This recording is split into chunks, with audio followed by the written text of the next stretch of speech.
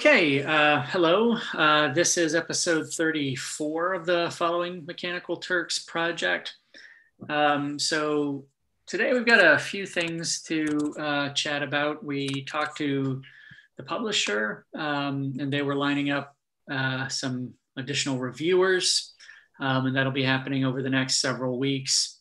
And so we've sort of, discussed what that would look like and how that would work. And we went for trying to get more people, more reviewers in the spirit of the project, and they'll be commenting on the Manifold site directly, presumably.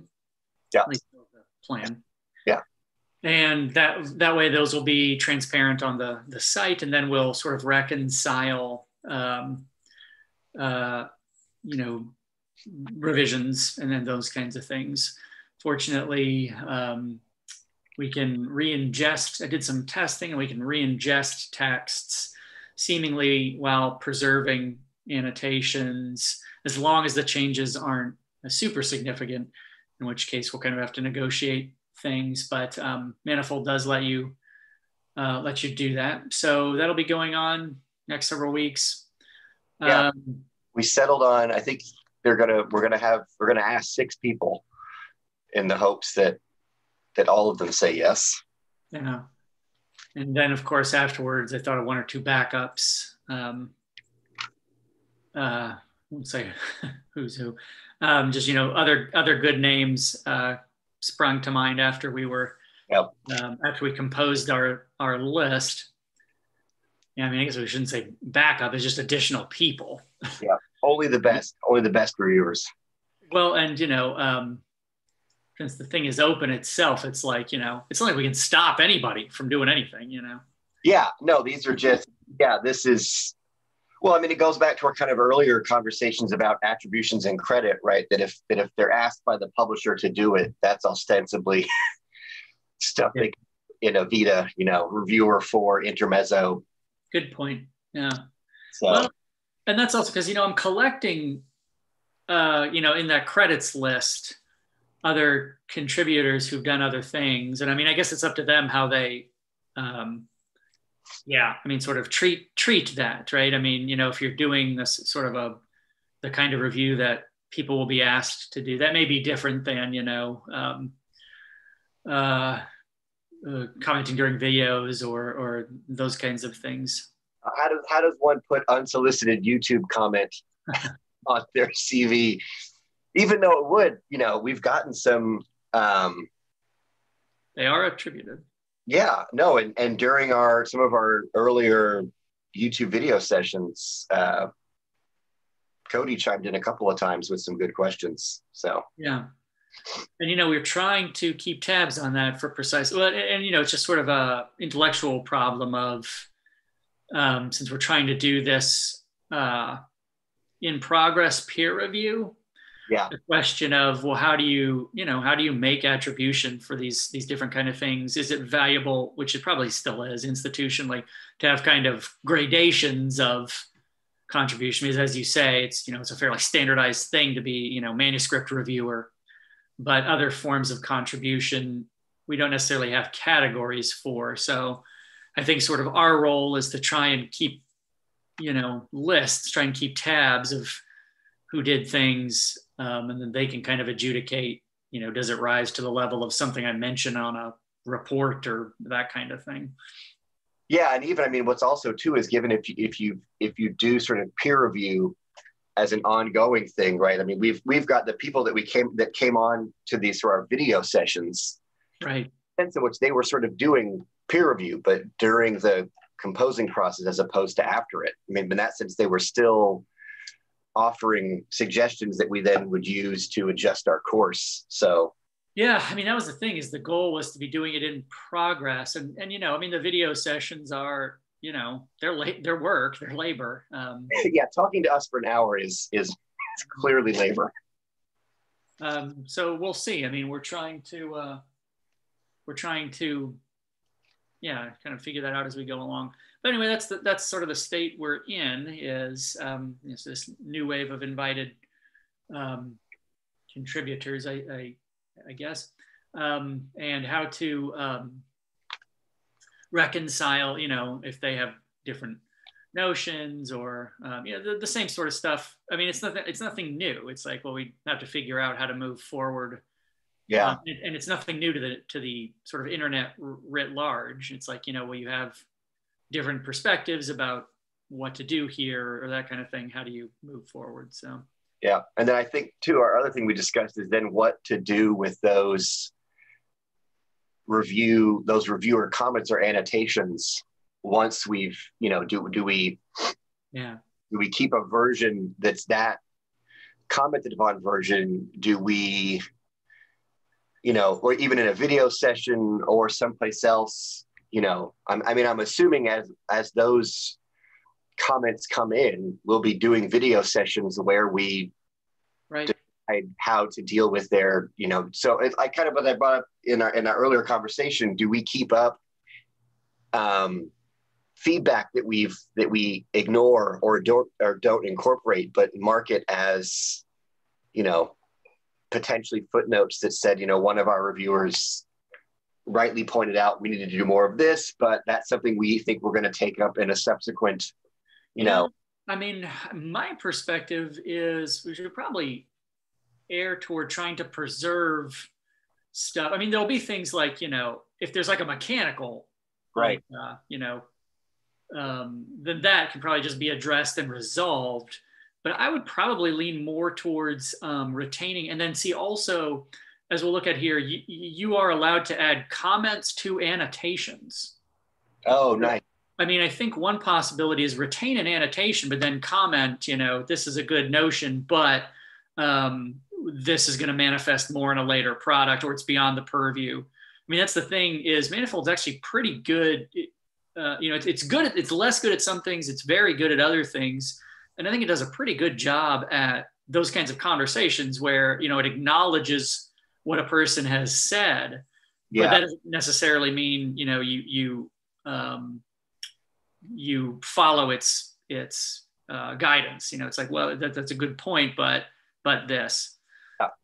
And I believe other people, it's not just us. I believe because it separates annotations from comments, they're grouped together. We'll look at it here in just a second, but it distinguishes them in the system. Okay. In fact, that might be a segue here. Let me make sure. Yeah. Let's just segue into looking at that.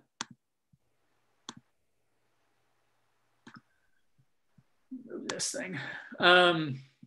So like, I'm just going to pull up, we'll pull up this doc. We'll pull up the credits document just as an example because it doesn't have anything on it.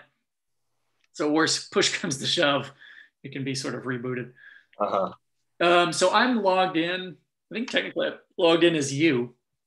We'll talk about that later.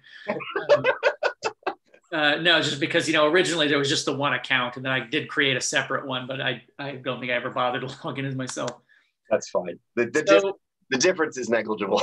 Yeah, I mean, I will do it later because there may be some value to split that up. But anyway, so like when you're logged in and you only, you do have to have an account. That is one thing, but accounts are really easy to come by. So, when you select something, you can see you get this pop-up of share, resource, annotate, and highlight, right? And then it gives you different groups here. I'm going to switch from my private, so it has actually like internal stuff that can be preserved, but then it also has public annotations here. Let me just, in fact, we'll look at that in a sec. So that way, the whatever you add becomes public. And there's different things you can do, right? You can highlight, which as its name implies, highlight something. Let me select something else to keep these tidy. The things we're kind of looking at, because one thing that came out of our discussion, I guess we didn't mention this, one thing that came out of our discussion with the publisher was you have this capability to add resources or to annotate. And so we were discussing things like, returning to the video conversations, should we, in the research product, should we be incorporating those video discussions in some way, as a way of sort of closing the loop, or, pointing back to, this is we were aided in this discussion, or to see more about this point, go to this. So there are kind of those two main ways to do that. And we're going to look at the differences here really quickly. If you add it as a resource, which is something we can do because all of our video discussions, although they are on YouTube, are part of the site as resources. So when you add a resource to the site, you can quite literally upload a video file. But because of our workflow, I mean, this is streaming to YouTube, right? Yeah. It's added to the site as a resource as a video link. So, if a video is housed somewhere else, you can add it as a video link, and then it's not like you're uploading the file. There are pluses and minuses. One thing we talked about, like in YouTube videos, is there's easy linking to time codes. So, you can actually link to a particular spot in a video if we're able to get that fine grained, and add something and say, like, this is where XYZ talked about this, and we can actually point to the time code, right? Yeah. But so let's look at how that plays out in practice. So, if I click resource here, and, it's going to give a whole bunch of different things. Let me actually go to a video. Okay, so like here, I'm just going to select a video here. And so that's what it looks like. It adds it over here sort of as marginalia. Let me, in fact,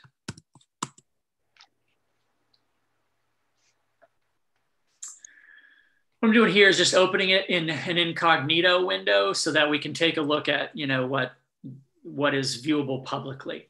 And so as you can see here, this is what my highlight looks like. Here is when you add a resource, it gives you this kind of anchor, and then it appends it as marginalia. You can click there and it'll take us there, right? So that's how that essentially works. Now, the thing about that is, you'll notice, like when I click, it does this, right? But Manifold, I believe it mentioned you can do things like comments on resources, but I haven't found a ready way to do that, because whenever you click on these, it just takes you to them. Okay. And you'll notice I could associate it as a resource, but I couldn't do things like point to a time code, and I couldn't add commentary. When I added this, it's just sort of linked like this, right? So let me show you what happens if we do this slightly differently. So if I select down here, and instead of adding this as a resource, I go to annotation. So annotation would allow me to say, here's where X discusses these issues of Y and so forth, right? Make it public. And in fact, like what I could do here is I add this. Now, one thing you can do here is you can add URLs. Oops. And what happens when I save that is we get this thing with an underline, slightly different than a highlight, right? You click on that, and this is what it looks like. We'll notice that it converts URLs. In fact, I think it might know Markdown. Let me just check really quickly. Bloop. That would make you very happy. Oh. It does not. So it gives us a URL like this. So if we click there, it opens in a new window. That means, we can also embed things like YouTube links with time codes, right? And this is what it would do. Now, the advantage here is you're allowed to provide commentary. And you can see, right, if you're not logged in, you can't do this. But other people can do things like reply here, right? You know, this is also, or that's a good point, but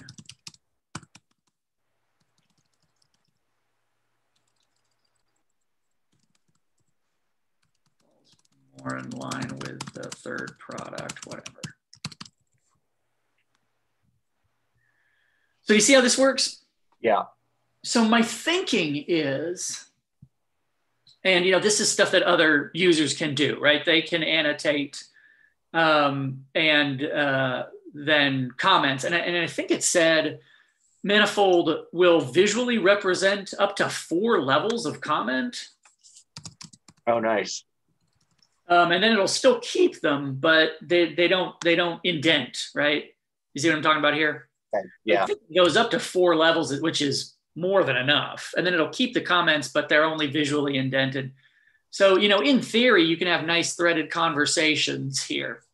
In practice, we'll see, right? But the structure is there. So I bring this up because when it comes to doing things like adding these, like adding video links there, I'm more of the mind of handling it all through annotations. I really kind of like this, how it injects an anchor and then it has this sort of like video marginalia. Yeah. But beyond that being cool looking, the functionality is limited, right? Because I mean, it seems like what do we do? Sorry, go ahead. It was like a clip that would work, but we're dumping them into an hour-long video, whereas we're probably not directing into the whole thing, but some part in it. Well, so I mean, that's the thing. It's like, if it's feasible, I mean, that's going to require, yes, us to go in and find where is this discussed and then time code that, which is, you know, it probably just means you have to watch it again and kind of suss out where did this person talk about that issue or that kind of thing. Or, I mean, you know, if you wanted to do that, then yes, what we'd have to do is actually produce new clips. Yeah. Right? Which is possible. But again, that seems to me like you're trying to hack it to do something because, I mean, for example, even if you have new clips, you don't have any conversation around them. Yeah. Right? I mean, this is it. Yeah, there'd still be, yeah, no, you're right. I mean, ostensibly what you'd have to do is like select the same thing and then annotate it separately, right? Yeah.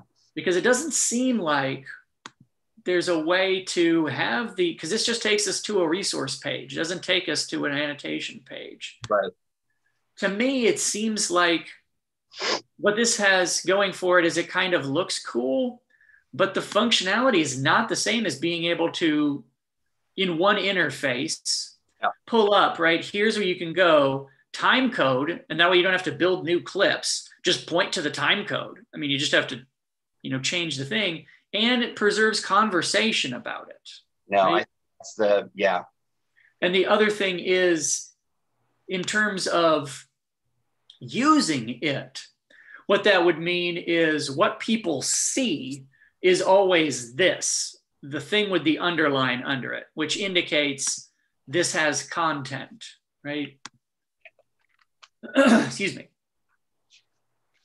So, I mean, I'm willing to be persuaded, but as I was doing tests, I liked that it had the ability to add resource links and it does this, but then it just stands on its own. Yeah. It doesn't allow us to contextualize. Yeah, and importantly, people to respond as well. Right. Yeah. Yeah, I mean, I think Manifold said, as I was going through its documentation, I thought it said you could comment these things, but I sure don't see how. Yeah. And these also easily, as we can see here, can be deleted. Yeah. Which I will do at this point. I think you can actually just delete and it deletes all the others. There we go. Yep. Now, what's interesting is the system actually retains those. They just don't appear. It hasn't actually gotten rid of them, I believe. No, actually, maybe it does if you delete them. But if you have something that's annotated like this, and then we re-ingest, and like the word Jeremy goes away, that highlight doesn't show up. But then if you re-ingest and return the word Jeremy to this position, it reappears. Oh, wow. Yeah, somehow the back end of it retains those things, even if the thing, what's that? Most annotations? Yes. Even if the stuff itself changes, but it remembers sort of their anchor spot. The documentation says it will retain them unless it can't find where they're supposed to go, and then they become orphaned. Okay. Where, like, if there's radical changes to what's there, it's like, I don't know where this comment is supposed to go. Yeah. But anyway, this we can just delete there. See, as it says here, remove the notation from this spot, but it won't remove it from the project. Fine. And then we can get rid of this, I believe, as well. Yeah, no, I mean, I think my instincts are the same as yours, that the threaded conversation is the way to go.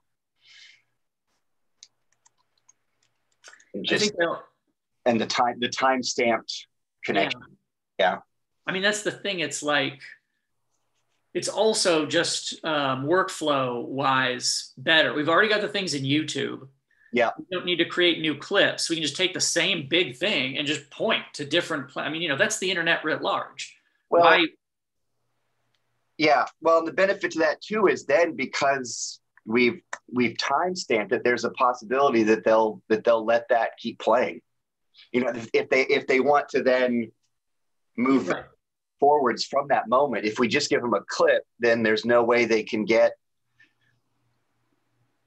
the full thing around it. So so sending them to the timestamp part of it means that if they're curious, they're then in the full video.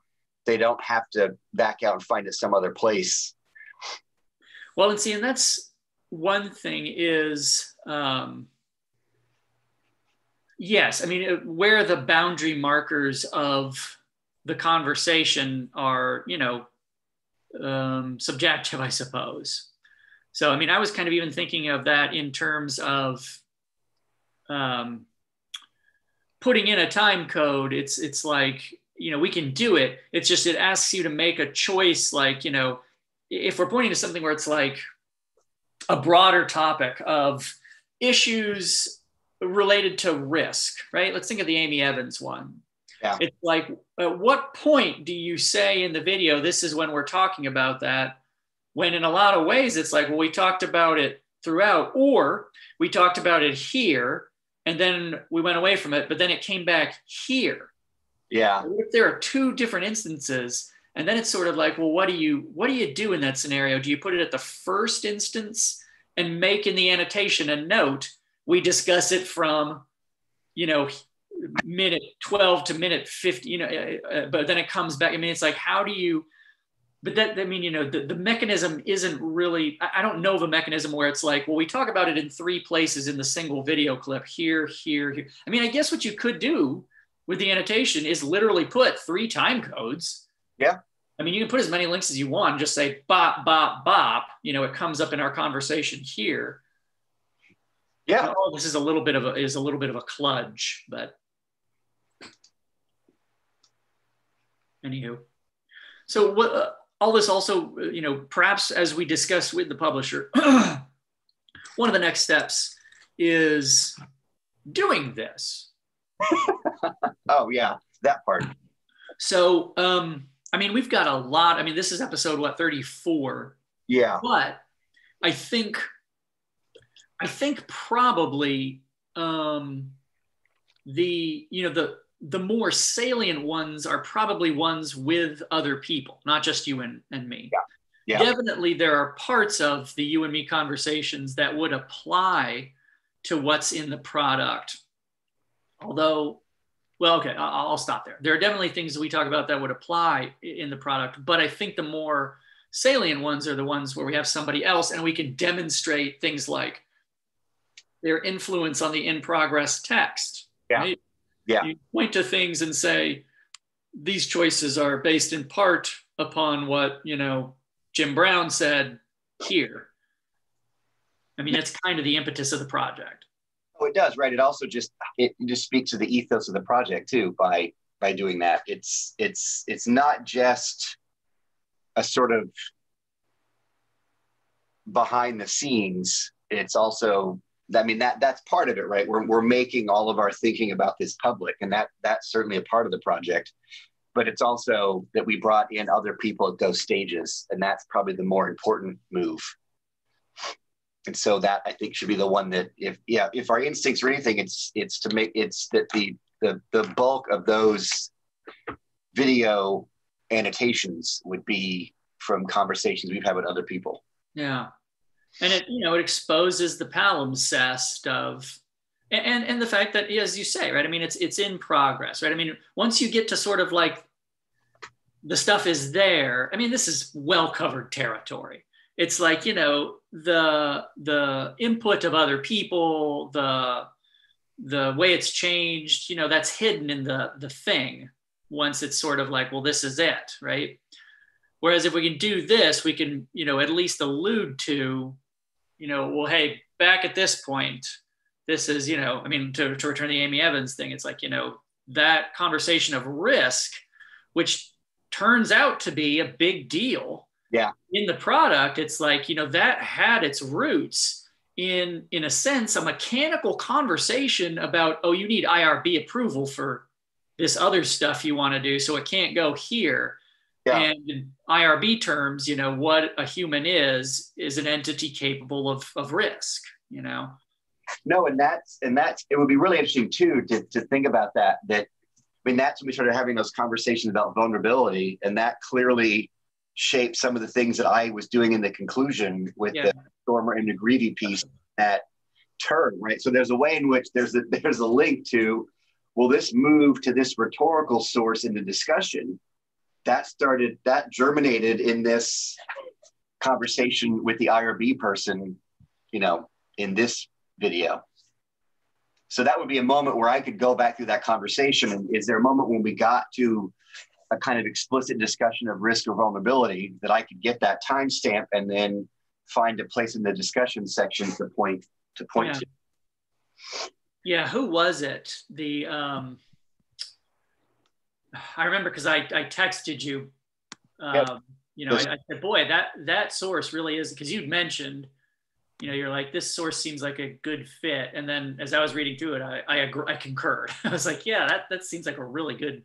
I figured it was a good, because I don't normally get unsolicited compliments from Jeremy. So I knew that I had really hit on something. Normally I'm busy, man. I'm busy. But that one was, and I was at my computer and I was like, yeah, boy, that one. The Nate Stormer and McGreevy. Right. Yes. And they work through, they swap out, they move from agency to capacity, recalcitrance to, I forget, they reset up a couple of. Yeah, but it was this that I was reading when they're positioning vulnerability as capacity. Yeah. Now, we were seeing, I think even before we had encountered this source, maybe, this idea of humans being valuable to the Turk because of their risk profiles, right? I mean, like, how else do you get conversations about trauma and cancer survivor unless you are capable of trauma and having cancer, Yeah. And so it's weakness as strength, a very sort of rhetorical thing, Yeah, we'll probably come back to this because they also revisit, they moved, that was one of their shifts. They use vulnerability instead of violence. So they're sort of rethinking rhetoric terms, and they also they move from agency to capacity, which I think is also interesting in light of our project. Right. Even going back to that Poe quote that always sticks out to me, right, where he says, well, the only problem now is figuring out where the human agency is in it. And, you know, our kind of frame point was it's probably more complicated than that because there's actually a bunch of capacities. Yeah. And those capacities are being activated by a particular arrangement. Yeah. Yeah. Potentially a shift there from Poe looking for where's the puppet master in this versus a question of, you know, well, don't look for that, but these parts have different abilities that get activated in different ways. Yeah, there may even be a schism there potentially of like, you know, consciousness, right? Our sort of besotment with consciousness of choosing things and how, you know, that tends to be sort of this human thing. It's like, I don't know. Yeah. I mean, it's there maybe, but I'm not sure if it's. Yeah, but anyway, I'll say that's a one of my favorite essays too. The Poe or the Stormer? The Stormer and McGreevy. Yeah. Anywho, so I mean, brass tacks, what that might mean is perhaps we should like maybe divvy up those videos, or I mean, I think we need to revisit the videos probably. Oh. Maybe divvy up, although maybe we should both actually look at them, because otherwise, it's not the kind of thing where it's like, well, you take this. I mean, it's going to strike you differently. So probably we should just watch the videos and find things in the work. I mean, as I mentioned to you the other day, I was like, I'm so sick of looking at the damn product, but, you know, make sure we're, you know, conversant in the product such that like when we see stuff in the video, we can say, oh, you know, this could hook in here or there, and then just see about hooking those things up. The good news is I don't see that there's any great rush to do this. No, but I think it'll be important because I mean, it just occurred to me, right? We have them on the site sort of listed as resources, but I've not really used them as resources, right? Those were just conversations that we had. So it would be interesting to go back in and look at them separate. You know, they're to a certain extent, I understand them as, that's a conversation that we had and we recorded. I've not gone back into them now as a resource, which they are, right? That's also sort of work that the project generated that we could go back and make something of. It's a good point. I mean, we use them in the moment to shape development. But yes, we haven't come back retroactively and said, well, what else?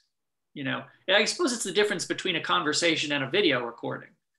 The conversation, even if were it not recorded, would have shaped the development of the paper, seemingly. But we do have them as video resources where they can have, you know, additional layers of utility beyond dictating the course of the. Yeah, no, much better way of describing it. Yeah, so I mean, I think what we should do then is on our own go through those videos. Thank goodness for 1.5 speed. Yeah. And I'm going to make that. It's the weekend. This is video night for the family. We're not watching Frozen 2. Nope. We're watch Jeremy and I talk to people. Sorry, I admit to being shaken by that, sir. Yes, we'll go through that, and I mean that'll be good because we will see definitely different things, and you know we may be able to. This is another reason why I need to log in as myself, because we may be able to have conversations even on the product about you say this and that may and it links to this and that or whatever. Yeah, I mean, there's a metatextual level here that I think, as Jeff, the publisher, pointed out, would be potentially valuable. And speaks what we're doing. I had not really thought about that, but I appreciated that suggestion of thinking about the ways in which, right? Because there's a sense in which some people have come along on this journey with us, but I assume that once this gets, once Intermezzo rolls it out officially, hopefully there'll be people coming to it, just as that. And it would be useful if the resources that we've been generating along the way, they can get to those through the manuscript itself as opposed to the site as a whole. It may also deal with the classic media issue of bulk, where, you know, it's like you and I both listen to podcasts. It's like I'll often hear about a good podcast, but then I see it's got 130 episodes. I'm like, forget it. I know that's just a burden now. No, it's like, you have a lot of that. It's difficult, but if it's introduced in the context of, well, here's where, you know, this one is, yeah, no, it is a good. But like language that gets used for, like, you know, that gets used for comic books, right? They'll describe an arc as a good jump off, like as a good jump on point, right? And start reading this because you don't need to have been reading X-Men comics since the 80s. Right. So the article can then become a kind of jumping on point for people who then might stick around for future iterations of the project. Right, yeah. Well, so that's that. I mean, you know, good suggestion from the publisher. I think in terms of what we need to do then is there's only 1, 2, 3, 4, 5, 6, 7. And one of them is sort of the initial one with Jeff, which, well, it's still worth it. So, you know, it's not like there's a ton of them, but I think that would be valuable for us to go back through those and see where they might hook up with the product. And then we can, I mean, you know, we just went through how to do that annotation process. So it's definitely something, you know, Manifold makes it really easy and powerful. So we can just, you know, just do that as we go. So we got that. The other thing then to discuss, pardon me, is the moving toward the second product. Because, you know, as we've been discussing, there are going to be additional things. This one will need to go through IRB.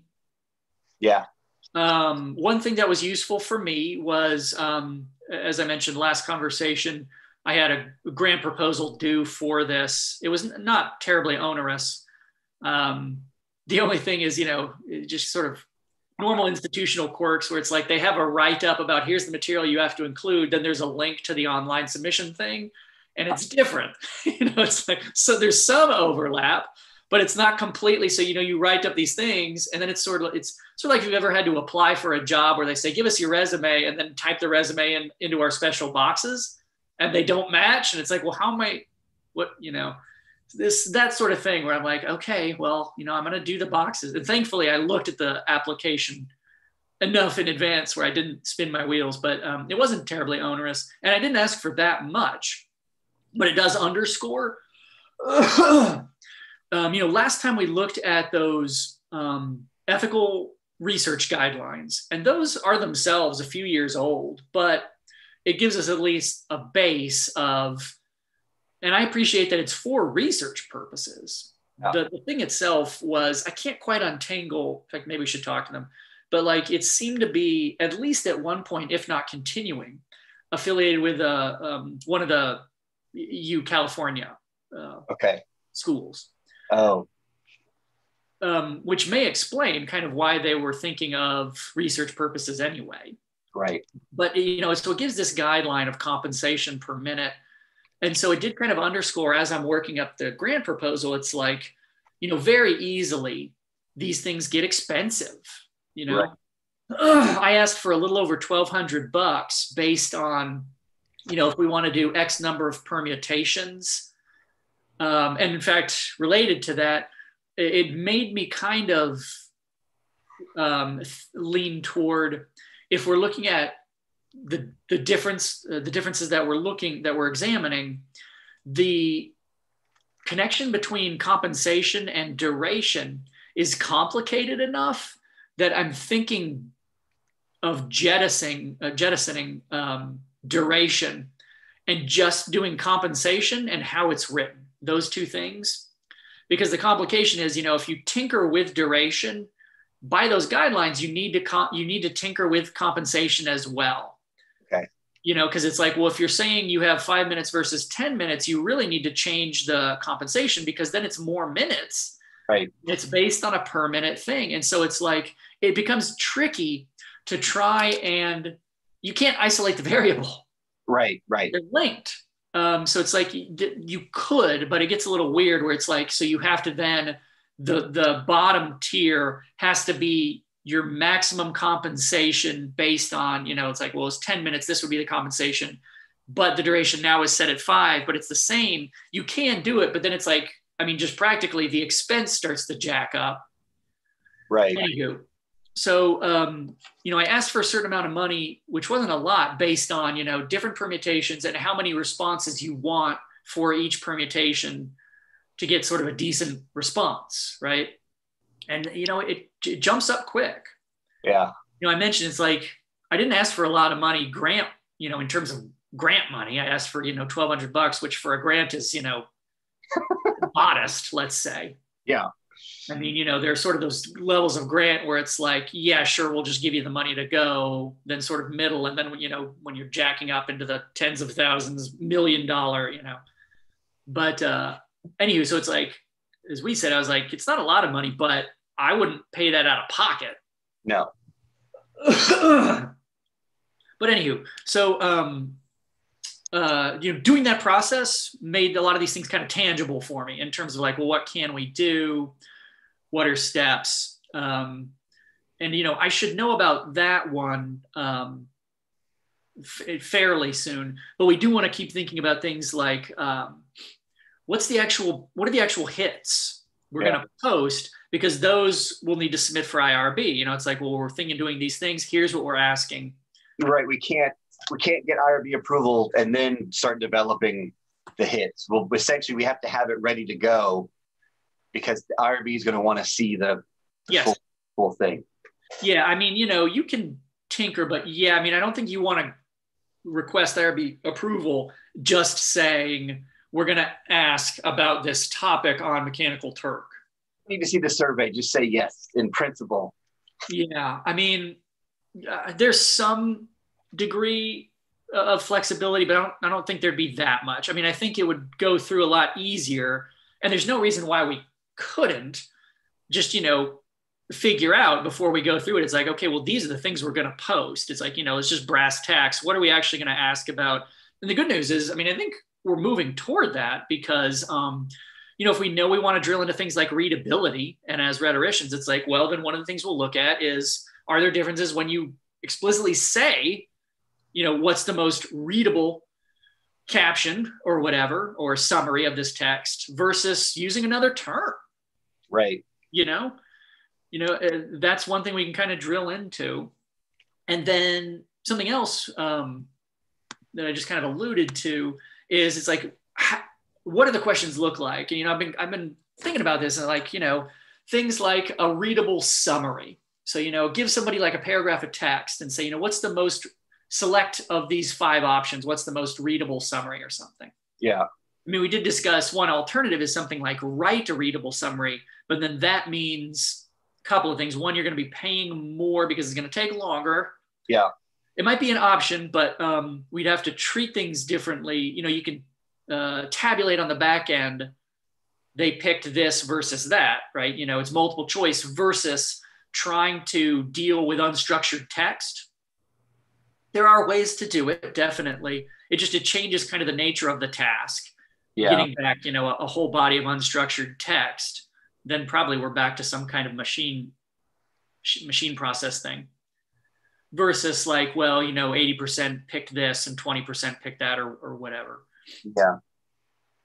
But anywho, tasks like, what's the readable summary of this paragraph? And, it's not like there's necessarily a right answer. It's just we want to see what people say when they're prompted by readability versus when they're prompted by something else or whatever, And then other tasks like and I think I shared with you that link about Microsoft just recently. Yeah. Is it the Azure? Was that? It's probably part of their Azure. I think it's Azure because, that means blue. Oh, okay. And Microsoft is, Yeah. Although Although IBM used to be called Big Blue, but it's a sort of trope that blue is the color of tech. Let me see. It's here somewhere, but I can't remember where I put it. But generations for images. Yes, I mean that's the takeaway is that they just broke some kind of threshold.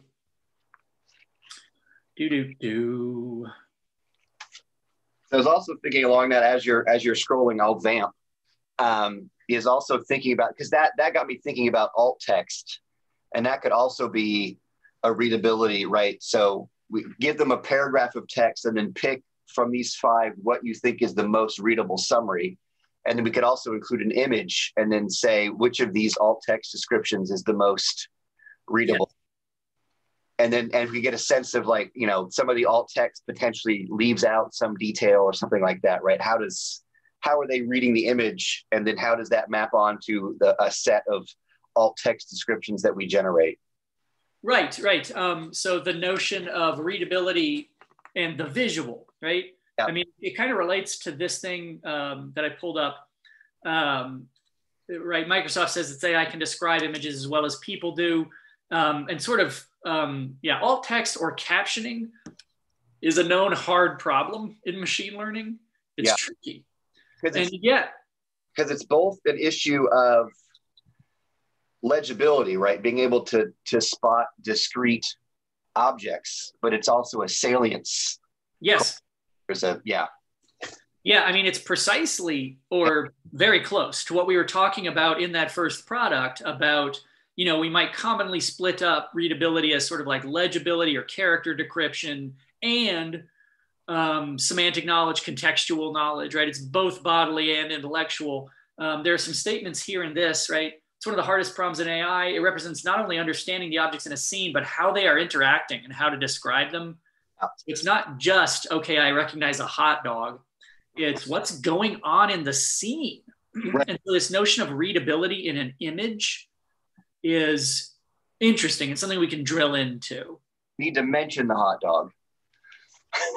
But, is it somebody dancing outside a car dealership in a costume? Is it somebody eating? Yeah. Is the person crying?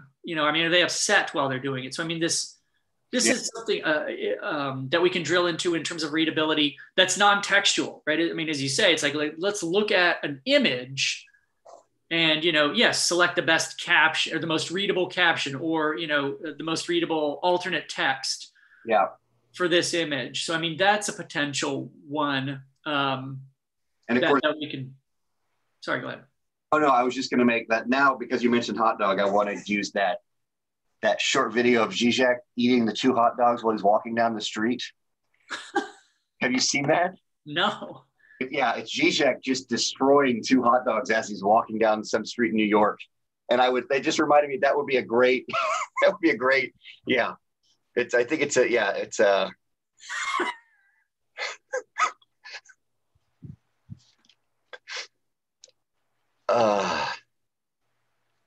Well, I brought it up because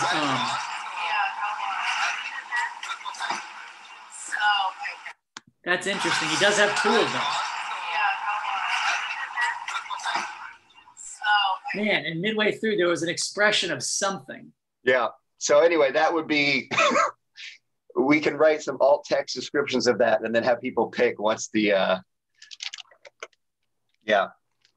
Well, I was thinking of in Silicon Valley, the show, one of the characters makes an app that seemingly its sole purpose is to determine whether an image is of a hot dog or not a hot dog. It's sort of an A/B. Yeah. And this came up because, well, even we were talking about it way back in the beginnings of this project, because it speaks to, when you have fewer categories, they're much tidier, but, your ability to describe goes down as your ability to be consistent goes up, right? It's very easy to determine, is this a hot dog or is it not a hot dog? But it only tells you one thing. Just whether it's a hot dog or not. Yeah. This came up when we were looking at clustering and topic modeling.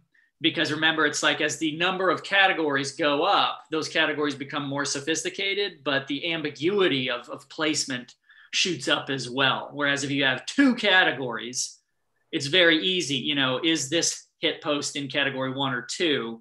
But it's like, well, now you only know the one kind of gross thing. Right. Anyway. And hot dogs are surely a gross thing.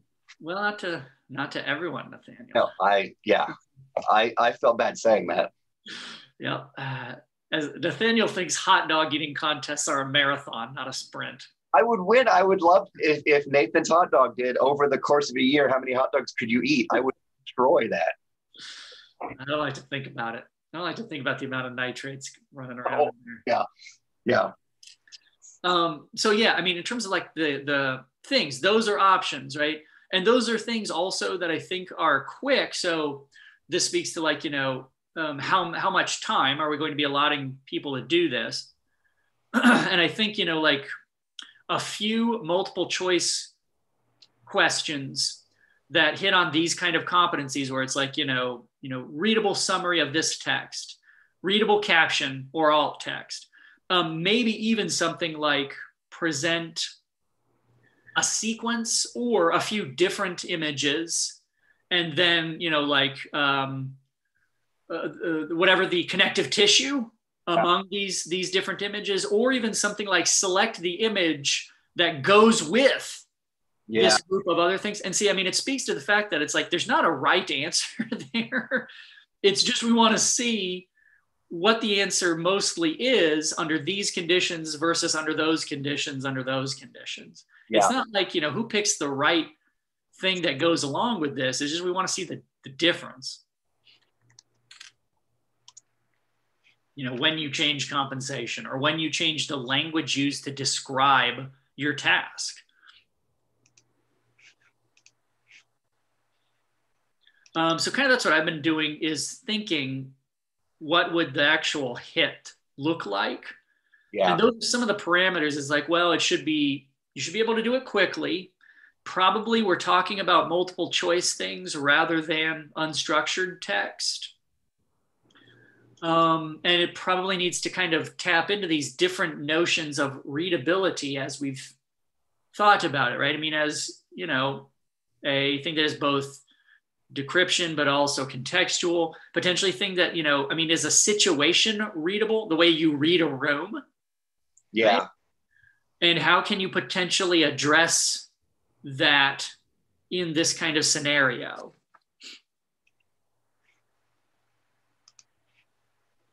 I'm just kind of making a list of, you know, straight up, these are the questions that we would ask in this survey. Trying to find an example of that.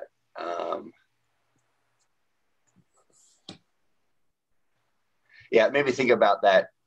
There's this set of cards that my kids have that it just has, you know, sort of repeating characters across the card deck, and then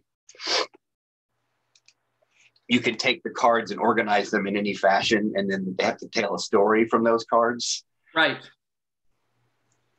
But what's interesting is in that sense, right, it's not what card you think comes next. Is you essentially deal out 5 cards, and then the kids have to put them in order and then tell a story based on those. So, right. So how do you generate a readable story from this random assortment of cards? So what's interesting about that is it's a kind of, it's a readability that's a kind of generative. Yeah, narrativizing. Yeah. But I don't know how that would get, but yeah. But it may, that's kind of selecting from, you know, maybe we do a couple where they're generating them, but I suspect that a more manageable and also just as informative is, you know, select from these 5 possible captions or summaries or alt text descriptions. Yeah.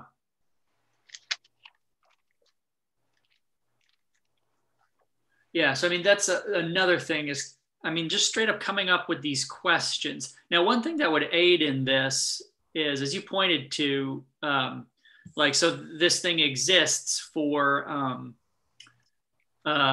these cards, right? So, I mean, it might be helpful to look at research and maybe even people, you know, maybe even like a psychometrician or something. I mean, as with a lot of this, it's like there will be some kind of ambiguity here because it's not like this isn't a psych test, Right. I mean, but we can maybe talk to people in rhetoric who, I mean, you mentioned even like, well, it's not quite ethnography stuff, but there are ways that we're not just kind of coming up with this whole cloth and saying, well, this is what, we're not doing this in a vacuum necessarily. So there may be people that we can talk to, research we can look at in terms of like, that could inform our creation of these kinds of questions. Yeah, no, and I think that's at least one interview that we have provisionally set up for January is going to be someone that does ethnographic qualitative research. So, and I wonder if that person would be amenable, like if we had something before that, like if we put together even a draft of these kind of questions, just get them over there and say, hey, here's the gist of what we're doing. What do you think? Yeah, no, and yeah, sort of, yeah, because we normally do that, right? We send ahead. Here's the questions that we're going topics and for the interview. We could include in there, right? Here's some sample survey questions we generated. Yeah, it makes things concrete. Ballpark, yeah.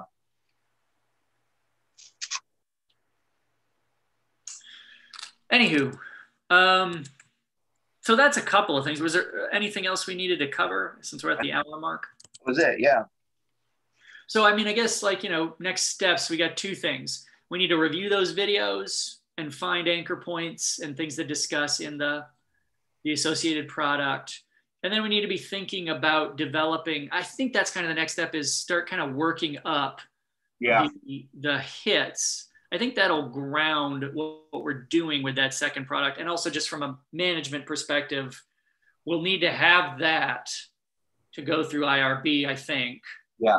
And, and we can't do it until we get approval. You can't do it retroactively. So it's like, you got to do that first. The other thing that just occurred to me too is to look at closed captioning.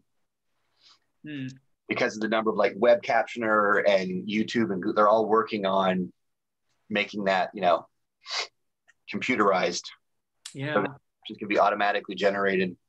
And there's some work. It might be Sean Zednick, who's now at Texas Tech. I think he's now at Delaware, has a book out about captioning. And in particular, right, he works through the kind of technical aspects of it too, but also clearly identifies it as a rhetorical, right? That any caption is going to be an implicit argument about what's salient in that particular scene. Right. And that's what makes captioning a kind of something that should be a taken up as a rhetorical challenge, as opposed to simply a technical challenge, right? That how much background noise do you include, or those kinds of things. So in case down, that sounds really applicable. I know it just jumped out at me. Yeah. And that might even be, write that down. Yeah. I'm writing it down right now. And he might even be someone that we might want to talk to. Well, I mean, indeed, when we were talking about going through the videos, I was like, well, shoot, maybe I could just search the YouTube captions, because I was trying to remember, I mean, like a lot of us, I'm teaching a lot through Zoom. And, Zoom does that auto transcription. And you can search, it's searchable. So it's like, do I search the word vulnerability and see if it pops up? The thing of it is, it's all, as I point out, it's a little sketch, because I always start each class period by saying, hello, it's Dr. Tyrrell. And without fail, the transcription is, hello, it's terrible. That is, what? Yeah, it's not wrong. Yeah. It's a different form of correct. Yeah. Yeah. No, I when I do my Zooms, I use the OBS system, so I can actually overlay. I use a web captioner, and I overlay the browser bar in it, and it's oftentimes funny. In fact, one of my students is exploring generating chatbots, and I think she's going to use our our 7 or 8, 2.5, because it's a night class, our transcripts as fodder for that. And sometimes it's really funny how things get translated. But that would be, and that would also get at, you know, the various kinds of, particularly for this qualitative, right, bringing in a disability studies perspective on these kinds of issues too, right? That not just the vulnerability, but again, right, presumptions about what a human is supposed to be able to do is oftentimes going to have, will be ableist in any number of ways, right? Yeah, nothing else. It has kind of an idealized, the same way, you know, the crash test dummy has an idealized human, you know, Right. a biometric human. Yeah. So incorporate intellectual capabilities and yeah, that readability is multiple, and it depends on one's capacities. I mean, that's why I think, again, capacity and vulnerability are such compelling terms in this context. Yeah. So. Okay. All right. Well, so those couple of things, the videos, working up hits. Yeah. Sounds good. Yeah. And then maybe I'll shoot him. Sorry, you kind of froze for a second there. Oh, I will shoot. I'll shoot him an email too to see if he might be interested in. Definitely. Because I know he's continuing that research, so I expect he's also been thinking through the kind of generation of readable captions, and so we'll probably have some pretty great insights on that. Yeah. Okay. Yeah. All right. Well, that's sounds like a good plan. I will see you next time. All right.